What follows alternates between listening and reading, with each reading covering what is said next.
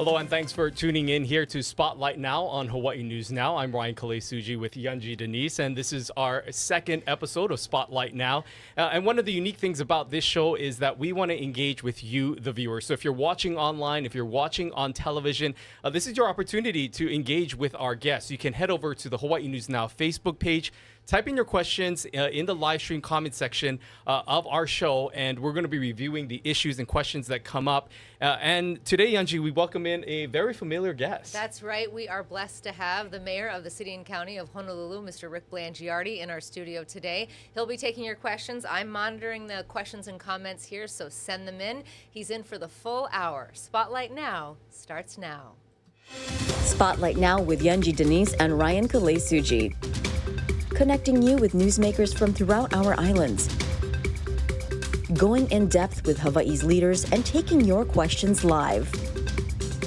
Spotlight Now, where Hawaii comes to talk. Well, we want to welcome into the studio live here Mayor Rick Blangiardi. Thanks for joining us, Mayor, and welcome. Hey, Ryan, I am thrilled to be here with you and Yunji for many, many reasons, but I'm thrilled.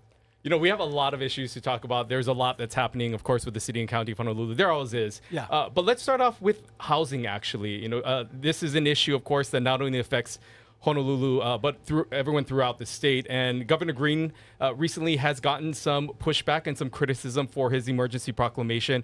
The latest one, he's amended to sort of appease some of the criticism that he's received. We know this is a state issue, but the city is a big partner in this initiative. What are your thoughts about the amendment and the criticism that the governor has been getting? Well, you know, we do want to be a big partner with the state, and we've talked about that a lot as far as collaboration.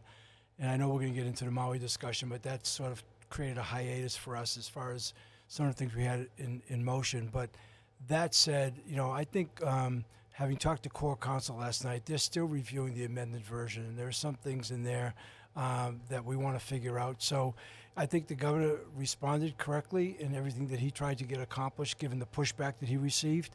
There's probably nothing technically wrong with it in any way, but at this point right now, I can't tell you what a green light's for us with the city until we have a little bit further review. You know, the city is working on its own initiatives. Yes. You've set out your own goals to tackle what you've called a wicked problem when it comes to the affordable housing. How?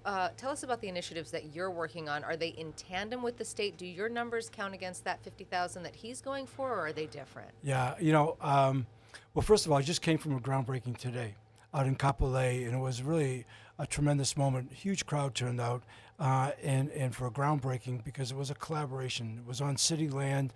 I want to really give a special shout out to Kat Tashner from our head of our Division of Land Management, and really Donna Puna for Takeuchi Apuna for everything that she did from DPP standpoint. But this was a collaboration with the HHFDC, with the Kobayashi Group, with the AHE Group, with numerous banks and funding it to bring this together. And we're going to create 405 affordable rental units from studios to 4 bedrooms, you know, at a 60% AMI. So that means it's really affordable and a really nice piece of real estate out in Kapolei. But the thing I'm really excited about was also in conjunction with Kamehameha Schools and Partners in Development, they're going to be developing a preschool on the location, 6 classrooms.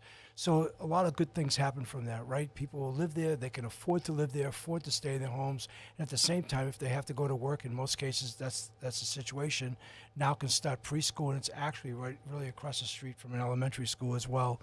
So that gets me excited, seeing something like that come to fruition, because it was a lot of people, state and city, private sector, all saying, look, this is a possibility we need to make happen. So in that regard, you know, we do have a lot of plans. We've gone on record publicly as saying we want to facilitate between now and when we leave office 18,000 units. And there's a myriad of things that we're doing that the city hasn't done before, not the least of which is private activity bonds, but our affordable housing fund, some legislation that would change. I can go on and go through that.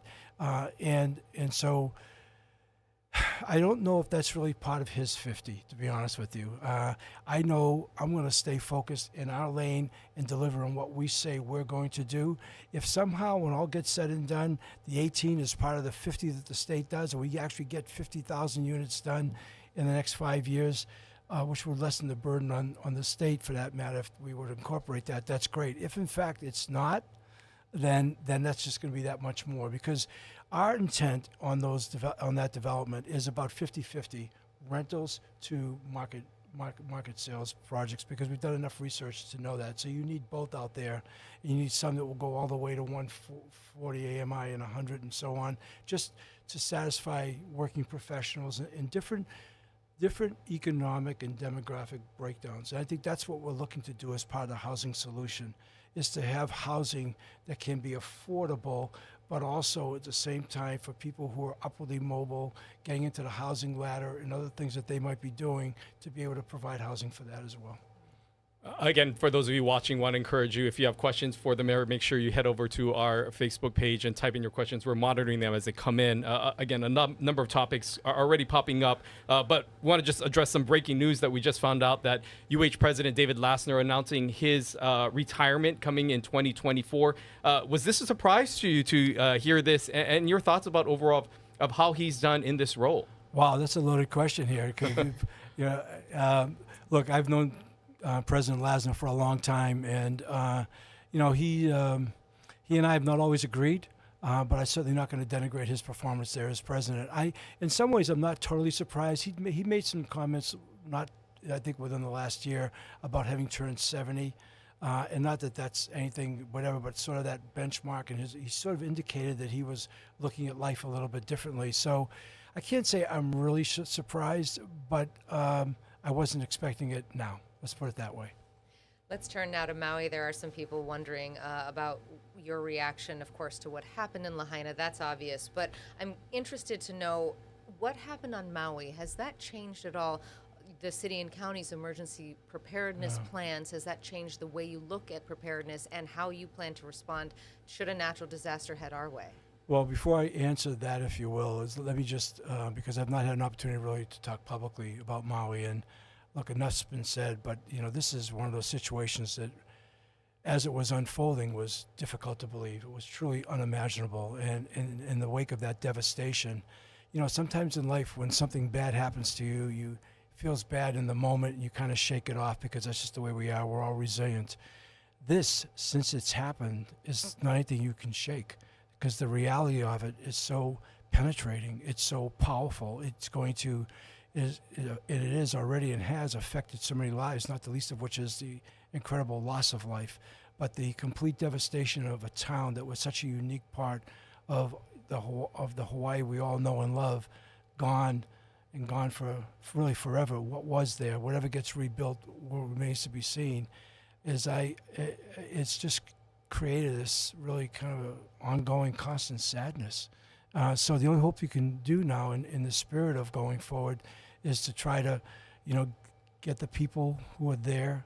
I'm going over on Friday, by the way, at the invitation of Mayor Bisson. I've not been there yet. He and I communicated a lot through text, some phone calls, even a couple of Zoom calls. But I didn't really want to go there unless I was invited, and so I am going to go on Friday, and I'm taking Chief Joe Logan with me. That said, absolutely, this is a wake-up call, because what happened in Maui, could happen here. From the standpoint of we live in a different time now. I know the governor was just in New York talking at the United Nations about the effects of climate change, but we've had more fires, more brush fires. We know we have a lot of fuel around the island in high dry grass, halekoa trees, other flammable situations, fields that were left, fallow, that have not really been cared for, and so on and so forth. So, as I talked to the wildfire, the forestry reserve, they were saying, in a lot of ways we've been living on luck. So when you see something like that happen, you try to respond aggressively. So I think you're aware that we've said we're going to do a complete reassessment of everything, starting first of all with what's in light of climate change, what is the risk assessment? And this is a multifaceted effort by the city. You have to involve a number of departments. You've got emergency development, on the Hiro Toya, who I want to talk about in a second, emergency management services. We got the Board of Water Supply involved. We got our own climate change, sustainability. We've got, we actually, and I said this the other day, need to really work with the state, since you mentioned that earlier, with DLNR, in reaching across the aisle here.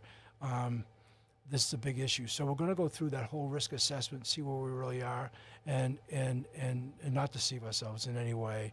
And in addition to that, one of the things I'm going to be asking of this group of television stations and other media in town, and we've now put together the spots with my background.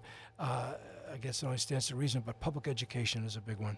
And we really, and I'm not looking to do it, I don't mean to denigrate Smokey the Bear, but I'm not talking about Smokey the Bear spots. We're talking about good content spots that are more than a feel-good, that provide good, rich information, that especially create an awareness, that in many cases are a call to action, because candidly, the city and all of its departments, we can't do it all. And people need to own a responsibility in doing things to mitigate their risk on their properties or surrounding properties.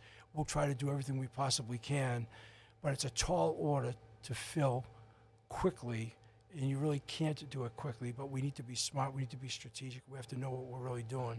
And then the other thing is our emergency operations. So I should probably start off on the whole thing.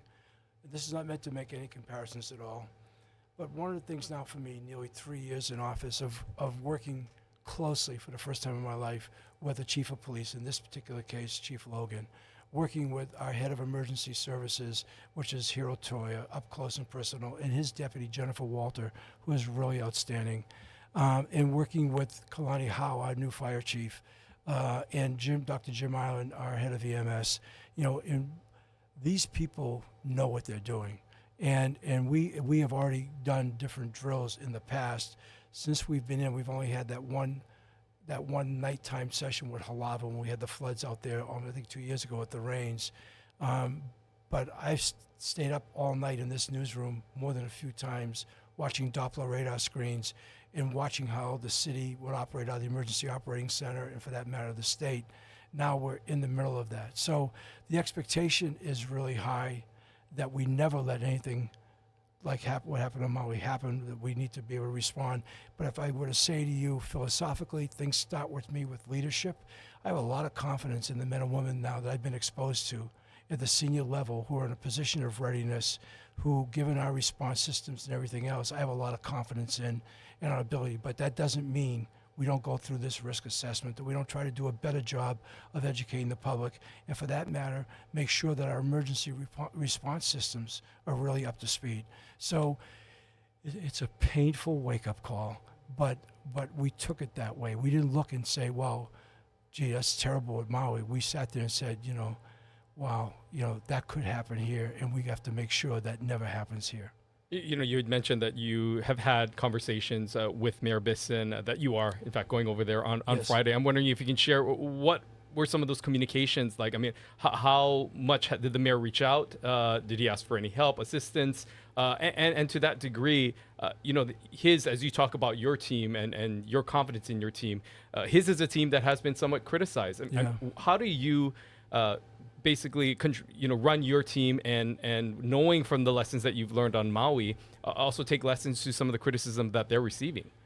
Yeah, well, I don't want to say anything today that sounds like I'm being critical of Mayor Bisson. God knows he's had enough criticism heaped upon him and his team, as you say, and that's not my place. And it's difficult to talk in this context because the last thing I want to do is try to draw any kind of comparison, because he was there and I'm here, and I think you folks know me well, and I'm not a Monday morning quarterback, and I've listened and read the second guessing, the accusations, all of that, and understandable in a sense, given the incredible loss of life and property and the anger and everything else that goes into that people who are in positions like ourselves are going to be held accountable, and that's part of what you sign up for. My messages to Mayor Bisson were to be supportive, to try to provide some comfort, if you will, in a critical leadership moment in which it wasn't going well for him. Out of respect for the fact that he's not only a brand new mayor, but he's also, he's also a really fine man who went into this office, I know because I listened to his speeches and different things he was going to do, with a lot of really great expectations and capability, And all of that, I think, has been somewhat, I shouldn't say expectations have been derailed, but let's face it, the situation in Lahaina and really trying to build back their economic base and trying to attract other people to come and some of the things we're hearing about and the housing and all the other issues they're dealing with is going to redefine his first 4 years in office unquestionably, and it's going to be a lot longer than if he were to have 2 terms the next 8 years. I mean, that's the sad thing about it, is that this is a long road to recovery, and so we are in the very, very beginnings, and so I think at this point, like I was saying to somebody today, now is not a time to be negative. Now, I'm not Pollyannish. Now is a time to be positive. We've got to be resilient. We've got to be we have to have conviction on what we're doing, and I just want to come at it from a place like that. As far as our team, I guess I've been an old coach. I put it on them. My expectations are, for everybody to be at their best. We used to say in this very room, when bad things happen to communities, newsrooms would have to be at their very best. It would galvanize the newsroom because the public demands to have that kind of information, and we needed to perform that way. Well, it's the same thing at the city, only you're the ones performing. It takes it to a different level. That's not to take anything away from what you do in media, but they're on the line. We're performing. The decisions that are made are absolutely critical. They can involve very easily, as we've seen, saving lives. I mean, it doesn't get any more serious than that. So that has to be the approach. I've said to you folks before in different times, this job for me has got an incredible sense of responsibility. I mean, it's been sort of off the charts, if you will, from anything I've ever done before. Then you take something like this, and it just brings it to a whole different level. In fact, when I think about it, we've had 3 incredible, unimaginable events happen in just 3 years. COVID, which happened a month after I announced, but certainly we came into our office in the middle of the pandemic. Then we had Red Hill. That was unimaginable what happened at Red Hill and all the things that ensued. And now the Maui wildfires, and these are really in a relatively short space of time. And so in that backdrop of leadership, when you're dealing with that, because they all affect us. Now, even though Maui will affect us, it has already to a point. It will definitely economically going forward. But clearly, Red Hill and COVID, and we're still dealing with COVID now. And so it's an incredible time. So from a leadership standpoint, every day you have to tell yourself, this is game day. I got to be at my best. Plus, we all live on the edge because you never know what that emergency might be. So it's like that. It's pretty wild. Tell us a little bit about what you'll be doing on Friday, what you understand the planning to be, and also why you thought it was important to bring Chief Logan with you. Well, first of all, Chief Logan said he wanted to go, and I thought that was great and was okay with Mayor Bisson. I think that I don't have the agenda yet. I know he wanted a feeling of solidarity and support. I haven't even bothered to check whether Mayor Kawakami and Mayor Roth have been invited. I'm living in my own world right now, but that's what we're going for. And I think that I don't know if Chief Logan has been there yet, but I know from all the video I've seen. But everybody who's been there though told me it's one of these things you really got to see him in person and up close. And not that I relish in doing that. It's just out of a sense of responsibility, feel like it's part of the educational process here to see this.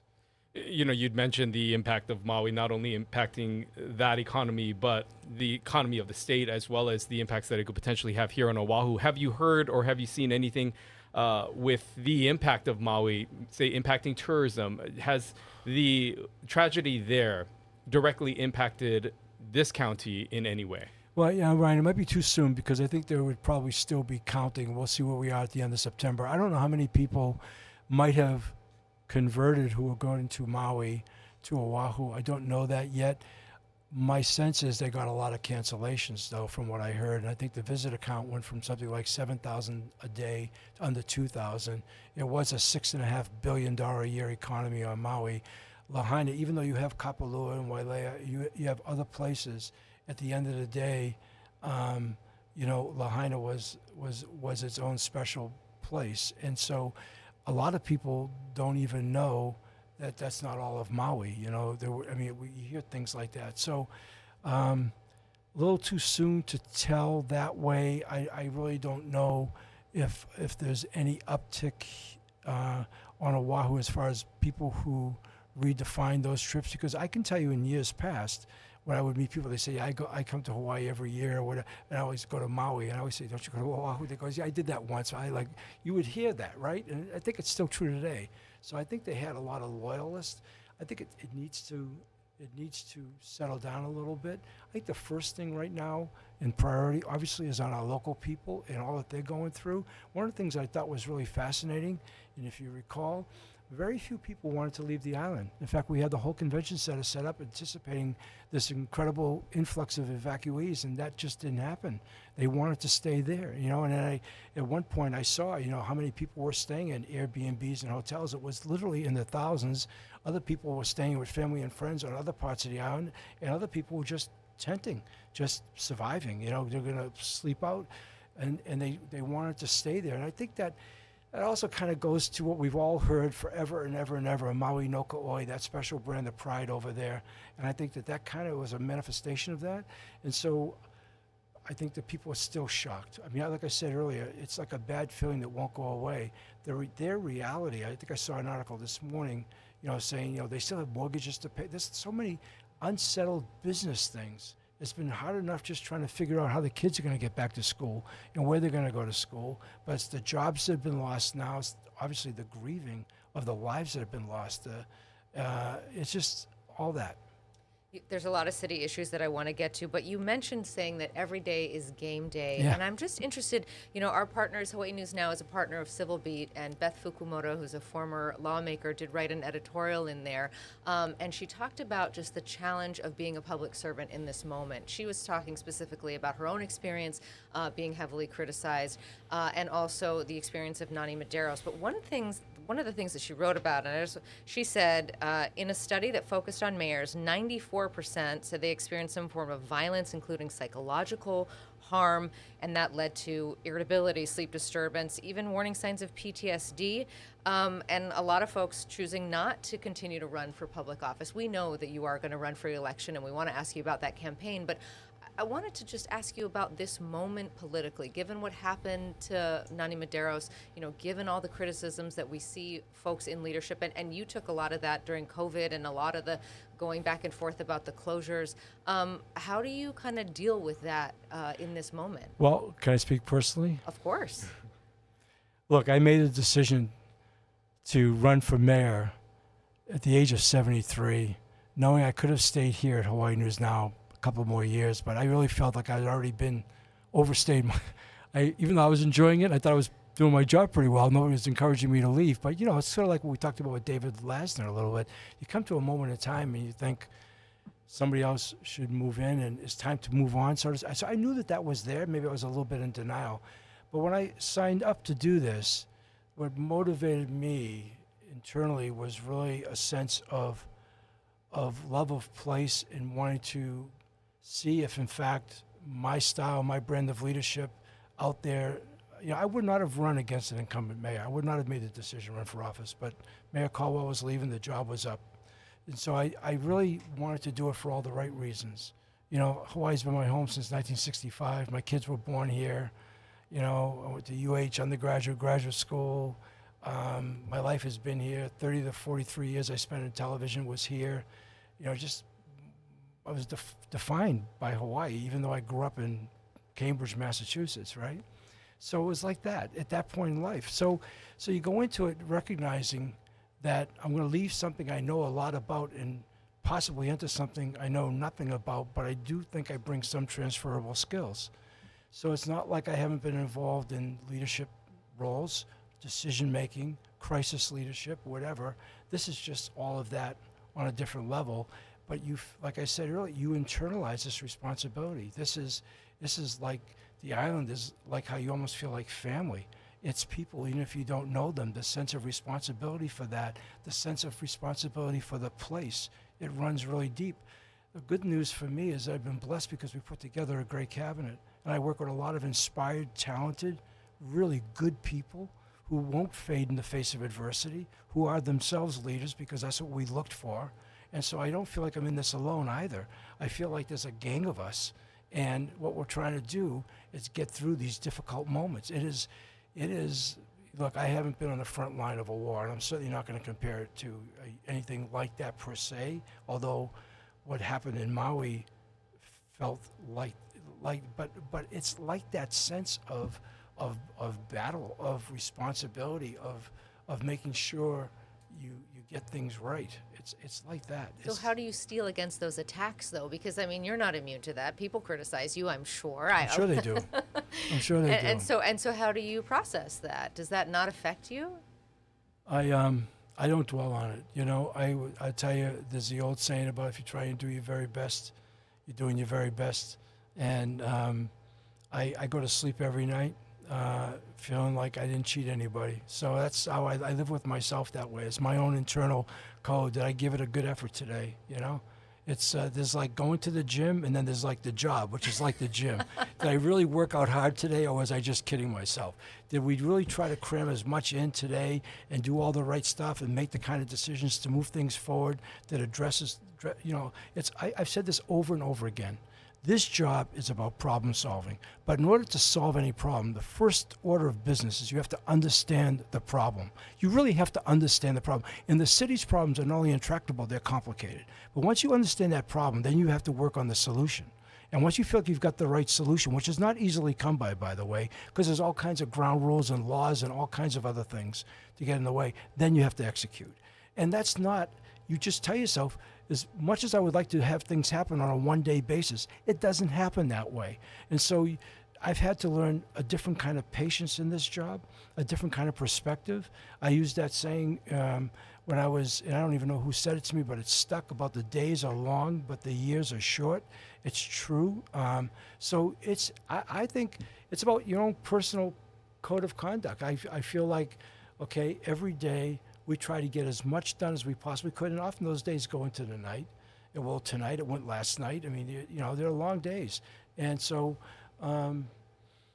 that's it. And if somebody's going to criticize that, you know, maybe it's because I'm an old coach. I was a catcher in high school. In baseball, guys would stand behind the backstop and yell names at me or whatever. I don't know, you know. And look, same thing having been in media and, you know, I mean, you put up with that. I mean, most people are unknowing of what it's really about, but I can understand their need to vent. Okay. I think that's a good place for us to take a short break. We continue our conversation with the mayor. A lot of issues to discuss. Stay with us. You're watching Spotlight Now.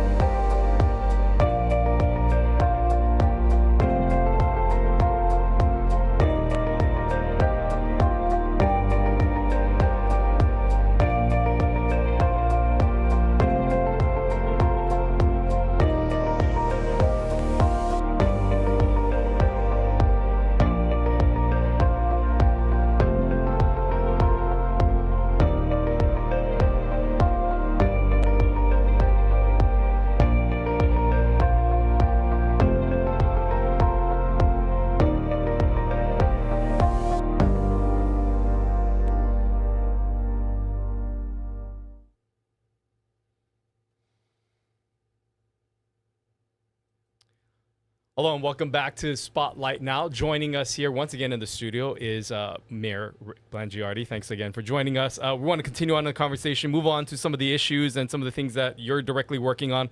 Of course, one of the main things that was kind of unveiled a few months ago was Skyline. Wanted to get an update on how things are going with the rail overall, the numbers that you're seeing, and if there's anything that's been surprising for you overall with ridership, and if this is where you expected things to be right now.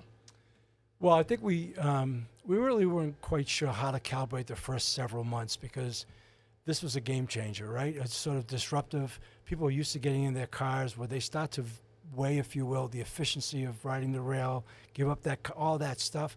We're about, I think, 35 to 3,600 riders a day right now. You know, it was never an ideal circumstance to go to Aloha Stadium. It's always was going to be multimodal, and we are running buses efficiently out of there. But I think by the time 25 comes and we can get to the Middle Street location and we're going to get through and past 2 of the major employment centers out of the 3 we ultimately will pass, which is Pearl Harbor and the airport, I think we'll see ridership pick up. I think we're going to see ridership by the end of this year. We thought and we estimated and projected that by the end of the first year, if we could get between 5,000 and 8,000 riders a day, that kind of fit the model that we were looking at. The biggest thing I've been concerned about is its efficiency and how well it's running and the reaction from people who are riding it, and they really like it. So, and we go on with construction, and I saw this past week, Rick Keen announced, the deputy director at Hart, that they have $650 million surplus, if you will, but we're on the other side of where we were before. In the midst of, you know, we're working well with the FTA, we're working well with the Hart board, city council's engaged with us. I think we've stopped it from being, you know, everybody's whipping boy, if you will, and complaining because of budget overruns, uncertainty, and all of that. To me, that was a contribution to the community. People know where we're going. We've laid out the timetable. We're on time to do that. And if we can take it further, we will. I know I was in Kalei this morning, as I mentioned. We definitely got to take it deeper into Kalei in the next phase. You know, the density in housing out there is amazing, and not the least of which is cars on the road, right? So this is we've said it before, this is a future project. It's here now. It really is for generations to come. I think we're off to a good start. At least we're operating soundly, and it's safe, and people like it. What is your metric for success on this? If it's not, you know, because the ridership is not going to really pencil with the expense. And we know that even for the bus, that's not the case. That the bus is subsidized, Handyvan is subsidized, Skyline is so is public transportation in every major urban center, and that's just part of what people get for their tax dollars. Obviously, I would like, you know, to build on the ridership. But to me, it's like no different than when we were in this business. When I used to be in this business, you folks are still in it. When you look at audience counts, right, and how do people come to you, and so I think we do want to build on that. And the expectations were, like I said, at the end of the first year, 5 to 8. We think by the time we get to the airport, it's 25,000 a day. And the models that we have when this thing is completed in the early part of the next decade, the Chinatown could be as many as 85,000 a day. I hope I live long enough to see that kind of growth on this happen. Meanwhile, you know, we're doing some cool things in getting ready to come down the Dillingham corridor, which is, I think, an unprecedented engineering feat here in Hawaii, and what that's going to represent here on Oahu.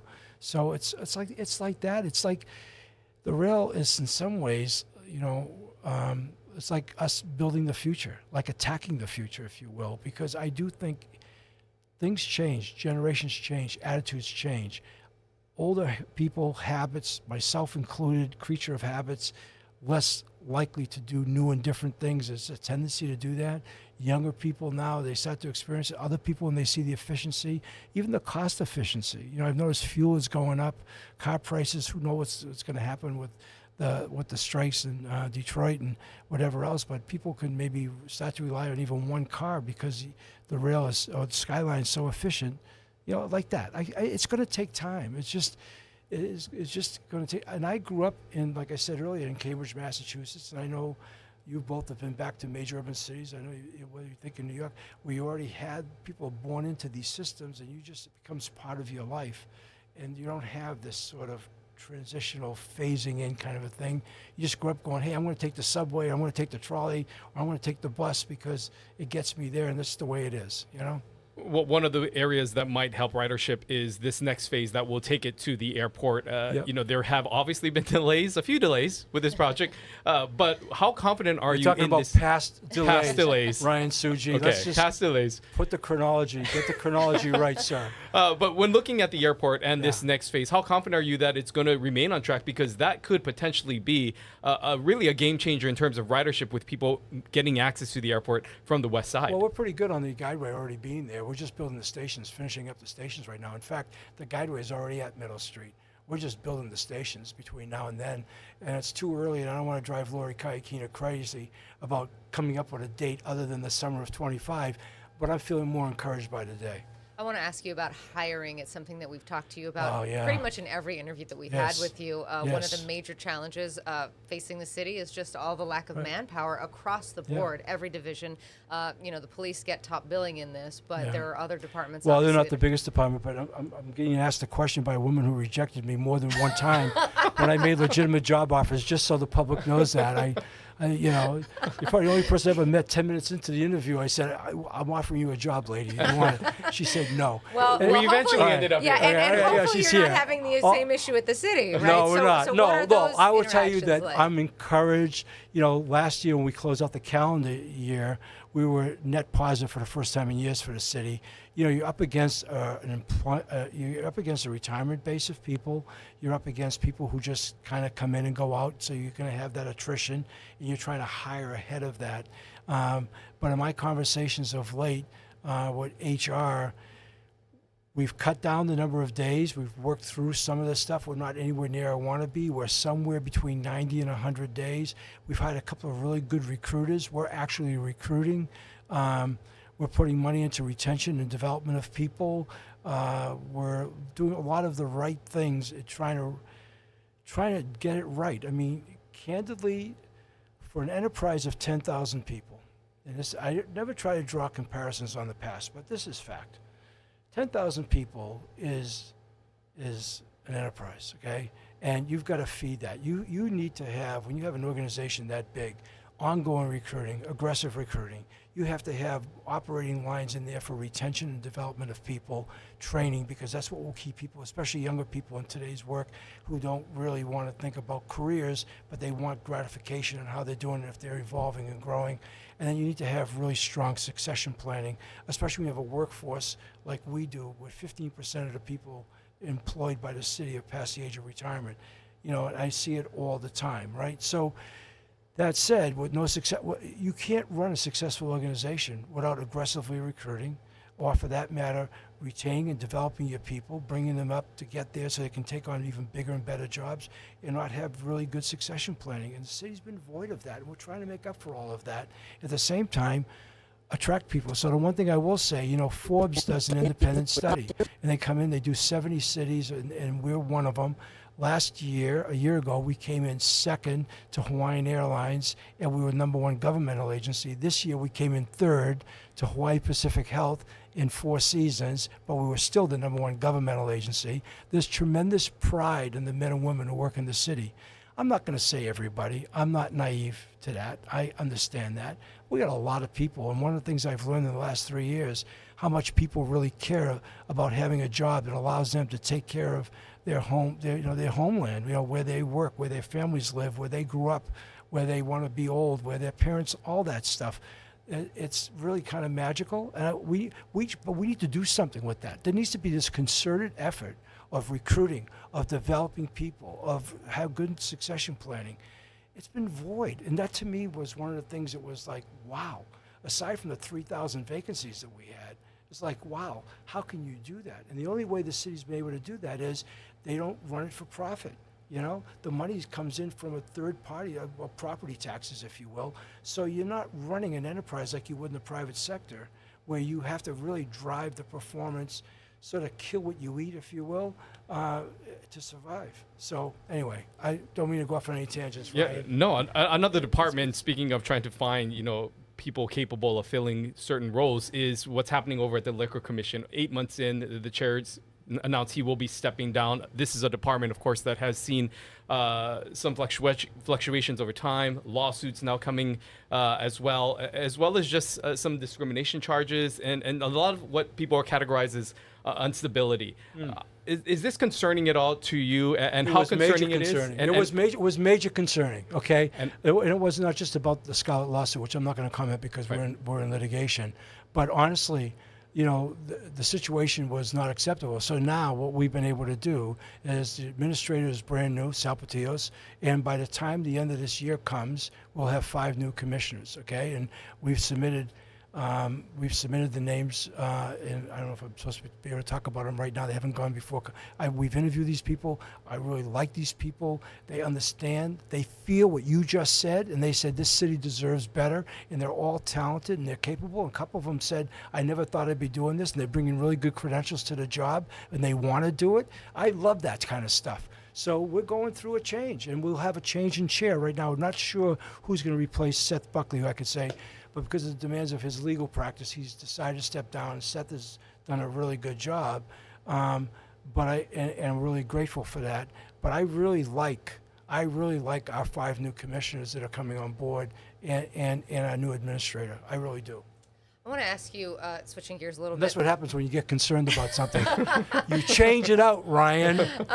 You know, what people really care about are potholes in their neighborhood and parking and things like that. They And do. one of the big issues that you always see a lot of traffic on is the shuttle in Lanikai, the traffic situation in Lanikai, the popularity of the pillbox hike. There is a proposition now to have shuttle service to Lanikai to try to take away some of that traffic. What are your thoughts on having that kind of Well, you know, Lanikai is service a in place? really special place on the planet, right? And it's like at that loop, and I don't have the answers. I've heard, it's got a fixed number of people living in there. It's not like there's a lot of development. It's not like, again, I was out in Kalei today. Every time I go out there, I see new city blocks being built. It's amazing, the housing development. But it's that ingress egress thing, right? And what's the alternative there, and how what people be comfortable with?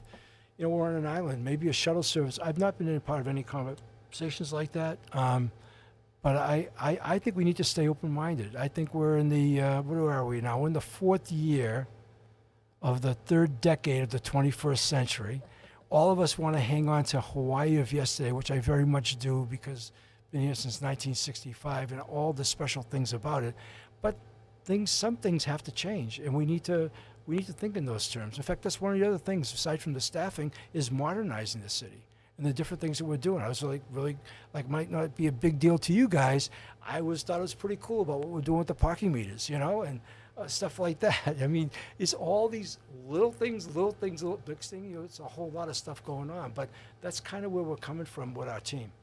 Well, one of those other maybe little issues, but it is becoming more of a bigger issue, is just what's happening with the landfill. And could you give us an update on where things are at there? We know that, you know, How do we go from a shuttle in Lanikai hey, to a landfill? when you're the mayor and we only have an hour, Don't we you got guys, a lot to you guys finish. rehearse this? Okay. Hey, I thought I had a good transition Yeah, there. it was a good Speaking of, transition. You want to turn Lanikai into a landfill? Is that what you suggested? No, That is not I what don't I'm think saying, we're Mr. just Rick. suggesting. No, but- neither am I, by the way. But let's talk about just some of the concerns. It's a very of course, serious matter. The 6 proposed areas, of course, were rescinded because Well, of we the Board came of Water in. Supply. We came in. The clock was ticking, right? And we know that. And Waimanalo Gouch, its contract is up in 28, and yet it has greater capacity than that. But there's been this sort of promise that was made prior to us, and I've maintained that promise, that we would do something outside of the west side. You know, it won't be on the west side for all kinds of different reasons. So, long and the short of it is, we did the right thing. We set up the land committee, and they evaluated 6 sites, and they said no. And oh, by the way, in the middle of that, they said they wouldn't recommend, because all of our water on Oahu is underground. It comes from aquifers. And so Red Hill happens, and the sensitivity about water could not be any greater than you can imagine. I mean, I know you had a lot of conversations on it. Water was my life for quite a while. I mean, and so even though there are people on our team, very learned people, who insist that we could develop a landfill and protect the aquifer, that's never going to fly. Even though they claim the technology is there and it happened, that's never going to happen. Just a sensitive, we're not going to go there. So I've talked publicly about this. It's one of the things we did reach out to the military in this sort of you know, this sort of post-Red Hill environment or climate, to their credit, that they've established with us, is really trying to help and be good neighbors, good citizens. And because if you start to look at a map of Oahu, you realize that really the only places we could go would be in some ag lands, not going to happen, and or on some military locations. And that's what we're negotiating now. Beyond that, I can't say much more. We have asked for just a 2-year extension, not to kick the can down the road, but because of the circumstances of what happened and what we got ourselves into. But we're hoping, and I called this the other day, to pull a 50-pound rabbit out of a hat here and make something good happen. But it's not easy. This is not an easy thing to come up with. I know you don't want to reveal too much about location, but what can you tell us about what these negotiations have been like? Because when you go The to tone them, has been very good. The tone has been, we want to help, and we're not opposed to that, and nobody said, no, that's a bad idea or whatever. Everything has been under advised. Everything has been, let's see what we can come up with. Can we do something creative? We're going to almost have to do something not necessarily unimaginable, but I would tell you probably for somebody who might not be studying the situation, really surprising. And what's the elevator pitch to the military? I mean, is it essentially you need to create some goodwill here? You are also part of this community. Your trash goes there too. What is the? It's kind of a combination of all of that. They're looking for opportunity to create some goodwill. You know, you talk about the criticism earlier of mayors, right, and whatever. I mean, look at the military here. And I've been a strong proponent of the military from the standpoint of just how I grew up as a kid. You know, I grew up in that post-World War II era, and then I was a teenager with Vietnam and all of that. But I was in the military, and I've always had a lot of respect for the military, so I didn't want to throw that out. But this was an awful situation that the people were angry at and yelling at didn't really cause per se. It happened on their watch, and now they're trying to fix it. So if you start to look at it that way, because some of that stuff was waiting to happen, shouldn't have happened, did happen. And that's what we experienced. Like I said earlier today, it's one of the 3 big unimaginable things that happened. So understanding that, if you will, in human nature and the responsibility and the resources that these people are afforded. You know, you talk to Admiral Aguilino, he's one of the most powerful military leaders in the world. Indo-PACOM is the largest of the 7 commands. He's a guy who can get on the phone and say, give me President Biden, and get him on the phone, you know? I don't know a lot of guys like that. Okay, so we're trying to work with them. They want to do right by Hawaii. Their intention is to be here long term. They're not looking to pull out. There's a lot of other things going on that they need a friendlier Hawaii towards them. And I think we're in that dance right now where everybody's being professional and trying to be resourceful. And we've asked them to help us really solve a problem that at the end of the day they have the potential of doing. You know, you speak about this collaboration that's happening now with the military, but obviously they are still involved deeply in what's happening at Red Hill and the unpacking.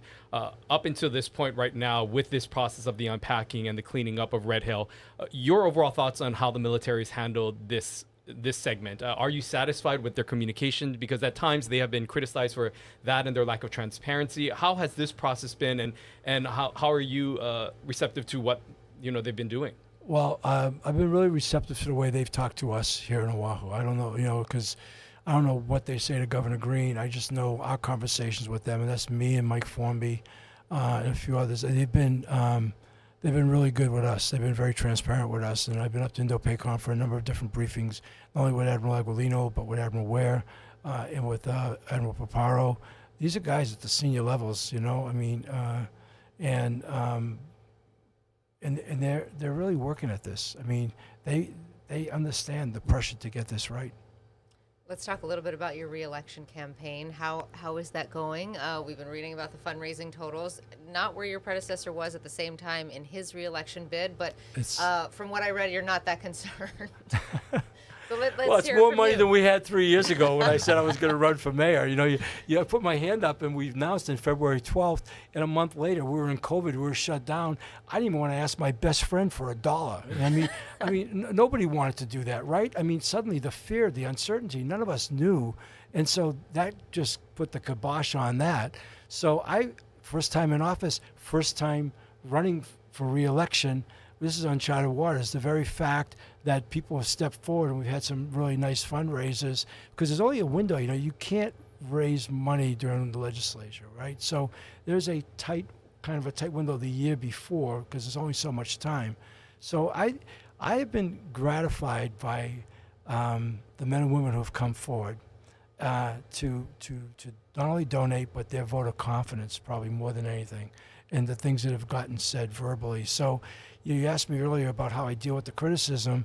I think I really enjoy when I least expect it sometimes, and it could be anywhere, and somebody that you don't even know or somebody who you really respect says, hey, you're doing a really good job, and they mean it. That goes a long way. And so you keep inspired by that. This effort so far in our re-election efforts has been like that. There's been a lot of people saying what you and the team are doing. One of the best compliments we got, somebody said to me, Rick, I got to say to you that your administration is beginning to create a nice calm around town. We feel like we've got people in there who are working hard and know what they're doing. That was like a great compliment. I mean, if that's, we haven't solved all the problems because it's going to be like that, but creating that calm in the community, especially right now in the times that we live in, look at what we've talked about today, that's an important part of life in any community.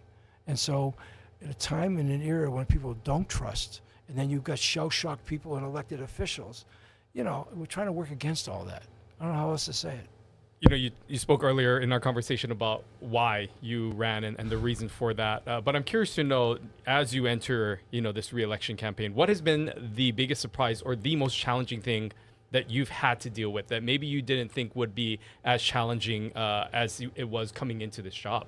Well, that's a good question. I hadn't really, for me, Ryan, it's the sense of, anguish is too strong a word, but you want to make things happen, and you feel like, you haven't yet made it happen. You've made inroads, things have improved, but they're not, quote unquote, fixed. And you feel like you're trying to get people to believe you that you can do that, and that they want to believe you that you can do that. You have confidence you can do it, but it's not there yet. And that's why, another 5 years at this, or 5.5, or whatever we are, 5 years and 3 months, I guess, is, you need the time. And so that's probably, I can cite a lot of good things we've already done, and people will acknowledge that, but I'm more focused on going forward than what we've just done. And as you've already both alluded to, there's a long list of things to get done. It's living with that. It's like, hey, we're pretty good at what we're doing here, and I know this is still not the way you want it to be, but damn it, this took a long time to get like this, and we're trying to unwind it here, So like I said earlier about the problem solving, sometimes just even developing the right solution, it takes time and really in depth. And then you've got cultural issues. You've got to get buy-in and a lot of things like that just take time in grade. We are just about out of time, but I want to get I want 2 hours. Liz, a final thought from you, and kind of ending where we began, which is your upcoming trip to Maui. And I'm just interested in the relationship and the friendships that you seem to have with the other mayors, and what that is like. And as you head there, sort of what is your expectation? What are you hoping Friday is for you? I'm going to give Rick Bisson a big hug. I know he's been in the middle of a lot of pain, and it'd be good to see the other mayors. Look, I tell you, if you want us a little bit of philosophy, I came into office, no drama. No drama. Going to get along with the other 3 mayors, and we did, even when Mike Victorino was in there, and certainly got to know Rick Bisson during his campaign, and love Derek and Mitch. They're great guys. We work all home rule. We all operate independently. We have different belief systems, but together we communicate well. Same thing, city council, no drama. Same thing with the governor, for that matter, even including when Governor Ige was in there, or with the guys across the street, the Ledge. No drama. Again, no drama with the council. Just trying to problem solve and work. I think we didn't need that in our community. So I think it's going over in that spirit to Maui to be supportive at a time when one of our colleagues is not just him personally, but what he represents and the people of that island have just gone through something that nobody wanted to happen, and just to be there in spirit as best as possible. I don't know what would be asked of me. I know in the beginning we couldn't deploy enough people and resources to them, and we did everything and anything that we had available to help them. But beyond that, it's just we stand together in spirit, and it's more like that, and a willingness to help in any way possible.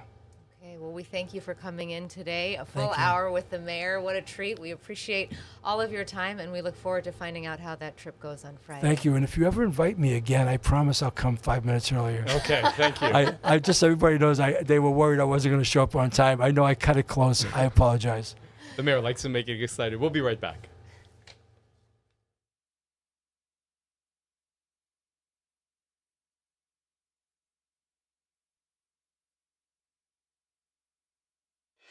You're watching Spotlight Now with Ryan Kalei Tsuji and Yunji Denise on Hawaii News Now. Have questions or comments for our guests? Join the conversation in our Facebook live stream. Spotlight Now, where Hawaii comes to talk.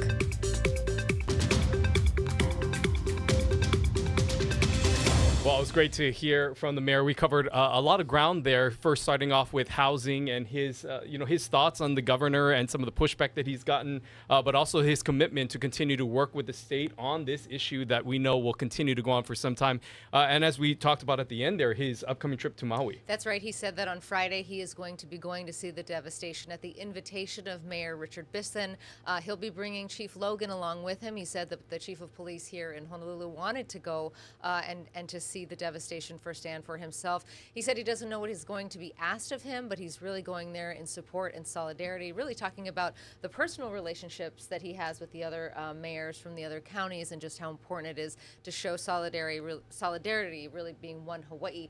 And also spending quite a bit of time talking about lessons learned from Maui, expecting some PSAs and some initiatives to come out of that to mitigate fire dangers here on Oahu. Yeah, but really the mayor talking and sharing a lot of confidence about his management team, about the team that he has assembled, saying that, of course, no one wanted this to happen, but one of the things that has come out from this is that this is an opportunity for their team to really assess how this may impact Oahu at any given point. And so they are going to be going through a comprehensive review and study of their policies and practices to look at some of the lessons learned from Maui. Of course, we talked to a bunch of things, including Skyline and the ridership. The mayor saying that this is about where it expected to be. He is pretty confident that this next phase going to the airport will be done. He didn't give a month or a specific timeline, but he said the summer of 2025. Yeah, so we covered a lot of ground. If you missed any of this, remember you can watch it again wherever you get your podcasts. You can listen to it. Of course, it's always available on social media. Next week, we're switching gears and we're going to be focusing specifically on housing. Hakeem Wansafi, who is the head